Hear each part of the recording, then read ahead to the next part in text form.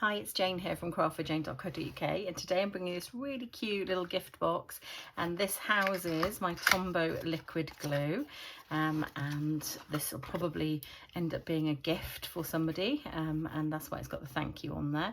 And I've picked some green paper to coordinate with the green and white of the glue. So it's a really cute little gift, very easy basic box structure, and it just looks really lovely and neat, and it fits really well and snugly. For this I've actually used the Lovely and Lasting stamp set, which is just here, and I've used this one just here, and then thank you, and I've also used the coordinating punch. And that's just there, so it punched it out, and I used it that way around, so sort of makes it uses it a slightly different way maybe. So yeah, that's my project for today. And I've used this amazing pack of paper called Gingham Cottage, and it's got lots of gingham in the designs. Pretty much every design is gingham, and it uses a whole host of colours. You've got oranges, black and whites, greys, greens on here, pink, red, yellow. It's just a fantastic designer series paper pack, and it's a mammoth one. It's got 48 pages in. So this is the card I'm using, which is the thick basic white, and it's 7 by 5.5 inches. If you would like metric measurements, please follow the links to my blog. I will definitely put metric on there as well. So on the long side, so the 7-inch side, I'm going to score it at 1 inch. Oops, 1 inch, sorry. There we go. And I'm going to score it at 5.25 inches. And I'm going to score it at 6.25 inches. Just like that. Let's just go for that one again, and that one again. Lovely. I'm going to rotate it, and I'm going to score it at 1.5, at 2.5, at 4, and at 5.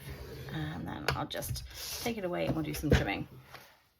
Okay, so I've got my paper snips out, and I'm going to basically trim this little bit off here.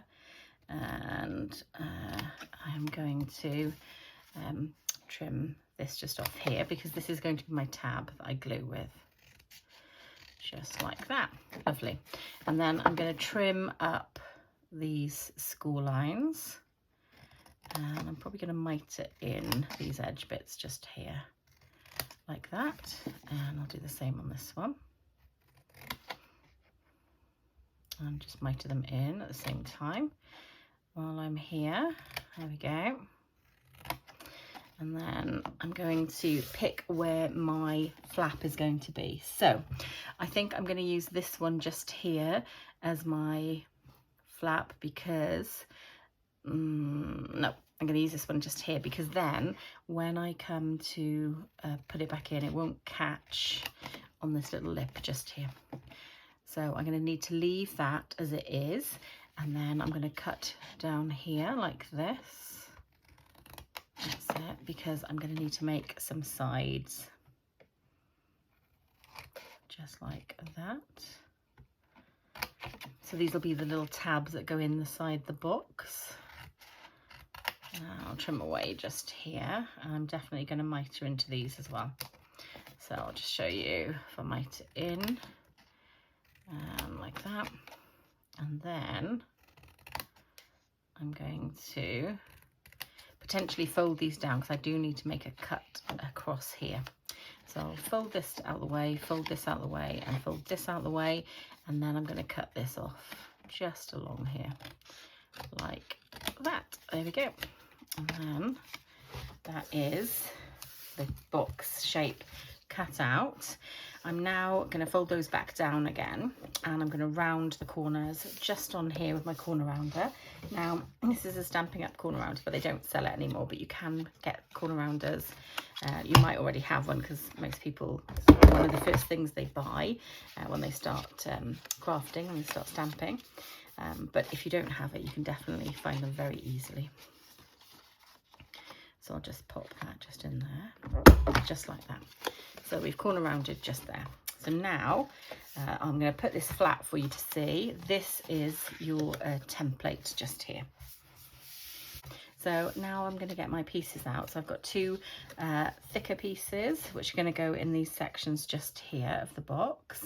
And I've got two thinner ones for the sides of the box just here. So the thicker ones are there's two of them, and they're 1 3/8 by 4 1/8. The two skinnier ones are 7/8 by 4 1/8, and you've got one cute little one for the top of the box, which is 7/8 by 1 3/8. So I'm going to stick these on, and as you would expect, I'm going to use my liquid glue. So bear with me.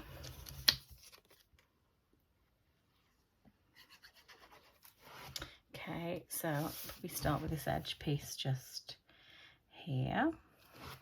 There we go. And I'm going to just fold it over to see if I can line it up nicely. And there we go. Yeah, it looks fine. Happy with that. It's got sort of a semi-equal edge all the way around, and I'll press that down. Lovely. And then I'll come in with my skinnier piece, just like this. There we go. And then I'll pop that just in here. I'm going to do this with all 4 of the edges, and just bend that over, make sure, trying to make it an equal edge all the way around. How's that look? Yeah, that looks good. So I'm going to just press that down. I'll do this with all of them, and then I'll give the box a second to dry. Okay.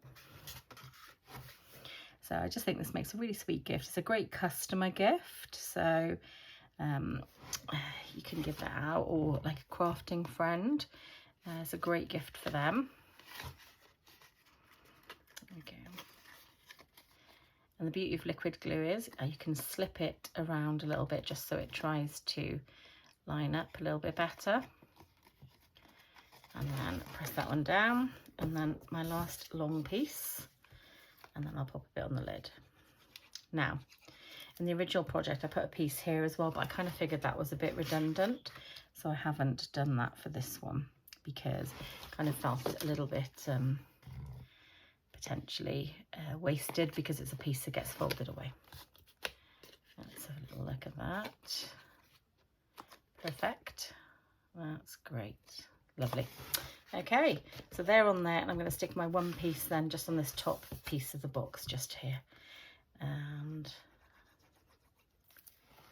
there you go. I do love making little gift boxes that fit things. It's just very handy to have, isn't it? Okay, so I'm going to use my bone folder, and I'm just gently going to make sure it's pressed all firmly down, right to the edges, to the corners. I don't really want this picking up. There we go. And that one just there. Lovely. Right, so I'll pop my glue to one side. I'm actually going to use some tear and tape for the side of the box. Now, you absolutely could use your Stampin' Seal Plus or anything like that, but I'm going to use some tear and tape for the side of the box. I just find this easier. It works when I'm making boxes.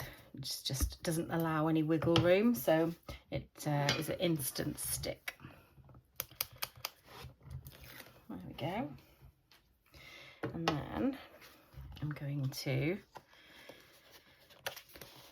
fold my box in like that. Now, I have not burnished this box, so I probably should be doing that. So I'm going to burnish it now. Granted, potentially a little bit late. I'd strongly suggest you burnishing it before you start to glue, like I just have. But that's fine. We'll forgive that little. There we go. So that is the box shape. And then I'm going to glue the base. So again, I'm probably going to use liquid glue for this. And that is the back, and that is the front. So I'm going to glue this down first. So I use my liquid glue and pop a little bit just in here, a little bit just in there. And that's just to stick these down like this initially. And hold them into place. And then I'll pop a bit of glue just on this tab just here. And then hopefully this will secure the bottom of the box. There we go. So I'm going to press that down firmly. Lovely. Right, so I will open my box back up and open it like that. And I have some very tiny little 1/2 inch punch here, again a retired punch, so apologies. And I'm just going to make a tiny little thumb notch. I'm going to try and center it as best I can. Now you can use the edge of other punches to do that if you would like to. So you could maybe, before you'd made the box up, use just the edge of this punch just here, and it would have created some sort of little round cutaway for you to be able to do that. Okay, so I think I'm going to pop my glue in, so we'll check that it closes. There we go, so that closes really well and it looks like quite a nice little neat box. So I'll pop that there. So I'm going to use this beautiful green ribbon just here, and this ribbon comes in a jewel pack in the July to December mini catalogue, and it's just here. It's the real red and garden green ribbon combo pack, and it is so fantastic and beautifully festive. So I'm just going to get my display, my original out, and this is my one that we're doing, and you can see the green is fantastically matched. So I'm probably going to snip a little bit off here, and then I will get out my cute little pre-punched and stamped thank you, and I have used garden green ink for the outline and black for the centre. I'll turn it over and I will pop my Stampin' seal on the back just like this, so that I can make this cute little ribbon sort of like this, a little bit longer. Just there we go. I'm sticking my ribbon on the back, so it creates a cute little bit of ribbon which offshoots the box a bit. Are we happy with that? I think we are. And then I'm going to just trim a little bit off just like that, and I'm going to stick some of that gorgeous tear and tape that I used on the back of here. It holds it into place, and it also gives my box somewhere to stick onto my box. Sorry, there we go. So I could definitely pop this up on dimensionals, and you know me, I love dimensionals, so it is a shock that I'm not going to. But my thought is, if I'm going to send this in the post to anyone, the least bulk and the least risk of it being knocked off I can do is to stick it firmly on. So that is what I intend to do. So I'm just facing it to me, and I'm desperately trying to get it as straight as I think I can. There we go. And that is just on there like that. So that's looking lovely, isn't it? And then I'm going to finish it off, same way I finished this one off, using the 2021 to 2023 in colour opal rounds. Absolutely stunning. And I'm going to be using the Evening Evergreen one. So bear with me. And I'm going to use 2 of them, I think, because I feel like this green really matches this green that I've used on this paper, and it separates out. Do I want to do it this side? Yeah, I'm going to do this side. Sorry, just going to move that one down like that. There we go. Pop them that way around then. There you go. So yeah, I think that is a great little easy quick project. Hopefully you've followed along. So it's my what we're calling this TomBow glue gift box. I just wanted to bring to your attention as well, because I think this video is going out towards the middle to end of August, and I wanted to remind you that Celebration is only on for another maybe week or so.